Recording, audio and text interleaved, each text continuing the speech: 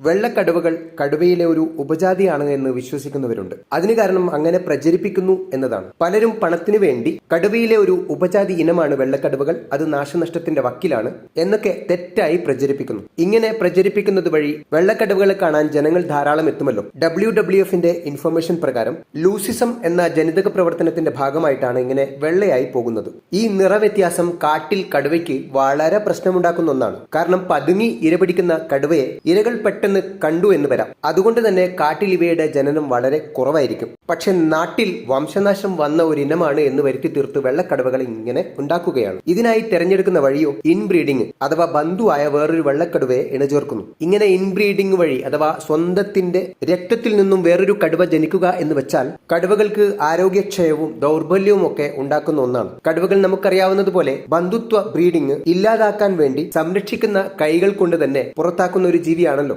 എന്നിട്ടും നമ്മൾ പണത്തിനു വേണ്ടി ഇങ്ങനെയൊക്കെ ചെയ്യുന്നു. WWFന്റെ ഇൻഫർമേഷൻ പ്രകാരം നാട്ടിൽ സംരക്ഷണ ഉപാധിയായി കടുവ എത്ര കൂടിയിട്ടും കാര്യമില്ല, കാട്ടിൽ തന്നെ കടുവകൾ കൂടണം എന്നാണ്. കടുവകൾ ശക്തരാകണമെങ്കിൽ കാട്ടിലെ കടുവകളും അവരുടെ നിയമവും വേണം. നമ്മൾ ഈ ഇൻബ്രീഡിംഗ് വഴി ദൗർബല്യമുള്ള കടുവകളെ ഇങ്ങനെ സൃഷ്ടിച്ചെടുത്തിട്ട് ഒരു കാര്യവുമില്ല.